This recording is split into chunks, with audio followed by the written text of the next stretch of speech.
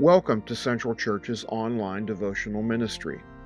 These short devotions are intended to provide inspiration and hope to all people, including our friends, neighbors, and church members.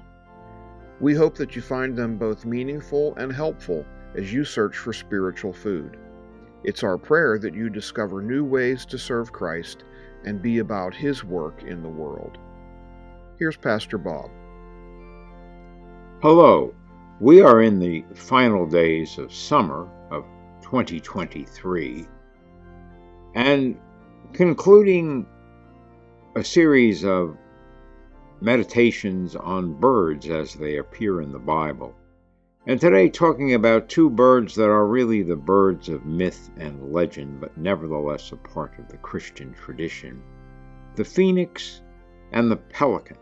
And I would like to take a look at these two birds within the context of a couple of biblical passages to see how they represent hope and life arising out of situations of hopelessness and desolation. I'd like to begin by reading from the prophet Ezekiel, chapter 37, verses 1 through 10. Here is a picture of the most hopeless conditions that human beings could face, a valley of dry bones. The hand of the Lord was upon me, and he brought me out by the Spirit of the Lord, and set me down in the middle of the valley, and it was full of bones. He caused me to pass among them round about, and behold, they were very many on the surface of the valley, and lo, they were very dry. He said to me, Son of man, can these bones live? And I answered, O Lord God, you know. Again he said to me, Prophesy over these bones, and say to them, O dry bones, hear the word of the Lord. Thus says the Lord God to these bones, Behold, I will cause breath to enter you, so that you may come to life. I will put sinews on you, make flesh grow back on you, cover you with skin, and put breath in you, that you may come alive, and you will know that I am the Lord. So I prophesied as I was commanded, and I prophesied, and there was a noise, and behold, a rattling, and the bones came together, bone to bone. And I looked, and behold, sinews were on them, and flesh grew, and skin covered them, but there was no breath in them. Then he said to me, Thus says the Lord God, Come out from the four winds, O breath, and breathe upon these slain, that they may come to life. So I prophesied as he commanded me, and breath came into them, and they came to life and stood on their feet, an exceedingly great army. Ezekiel goes to the valley of the bones, very dry bones, and there is a 0% chance of these bones having new life ever. They've been there for a long time in all probability. They are probably the result of the many wars that have come to the Middle East from the time of Abraham right down to 2023.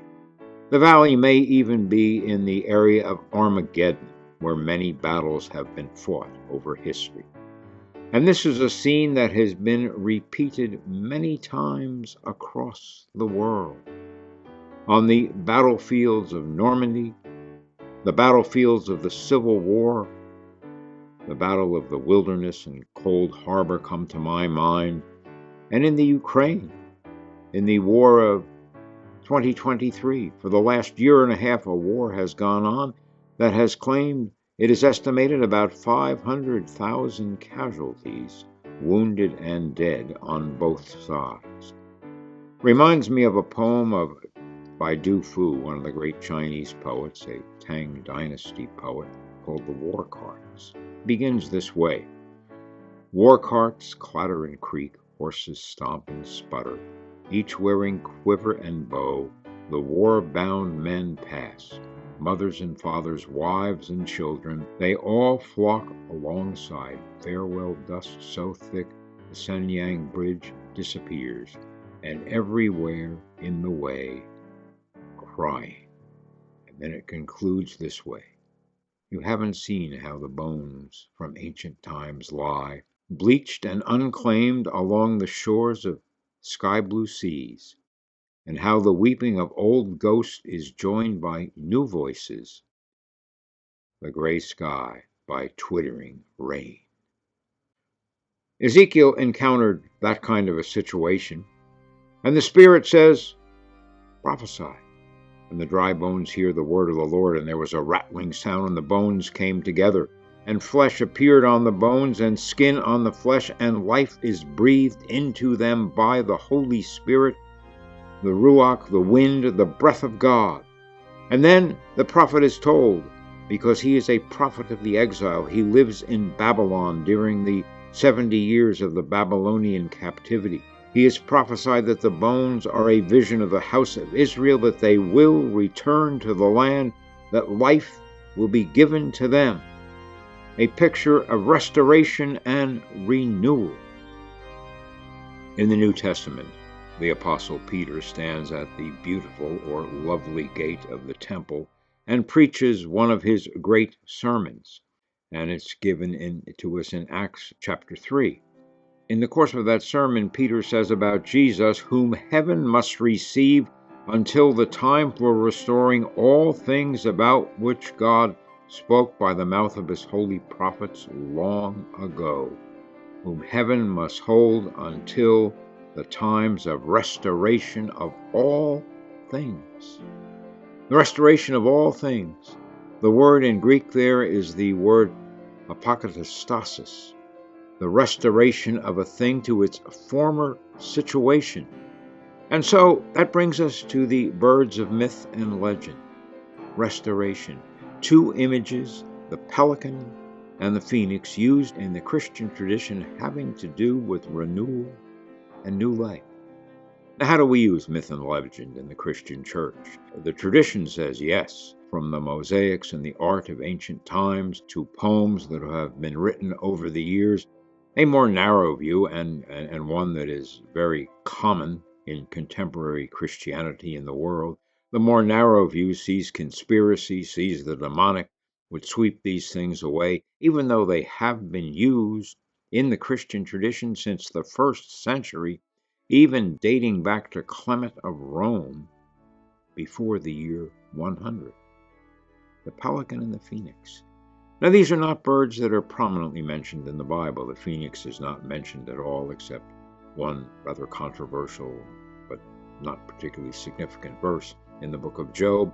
And the pelican appears as a bird of the wilderness, a bird in a place of desolation, and also as an unclean bird. But in the Christian tradition, the pelican is often pictured in Christian art and associated with the sacrificial death of Jesus.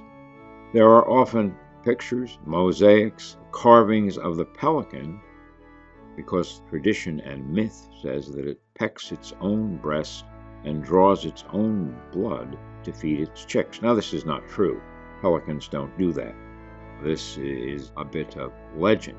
However, the pelican has come to symbolize the sacrificial death of Jesus, and the pelican feeding the chicks with its own blood is a common picture in Christian art, in stained glass windows, and in other places around the world. The phoenix is a mythical bird of tradition. There is no such thing as a phoenix. The tradition of the phoenix, which takes a variety of forms, says that it is a bird that lives for 500 years. It dies in fire and then rises again from the ashes to live again for another 500 years. And so the phoenix has become, in the Christian tradition, a symbol of resurrection. The phoenix appears on Christian tombs, in mosaics, in pictures with Jesus, in Christian art from long ago, a symbol of the resurrection of believers and the restoration of all things in Jesus. So here we have two symbols that provide insight and hope. The pelican, a symbol of the sacrificial death of Jesus. The phoenix, a symbol of the resurrection of Christ and the restoration of all things in him. Here is our hope. Let us pray. Our Lord and God, we thank you for the symbols that you give to us, that give us insight. We thank you for your death and resurrection, and we thank you for the new life that is before us. Amen. We invite you to visit our church website at cpctaranum.org to learn more about our ministries. You can also visit us on Facebook at Central Presbyterian Church Taranum. Please join us as we renew lives, inspire hope, and serve others. God bless you.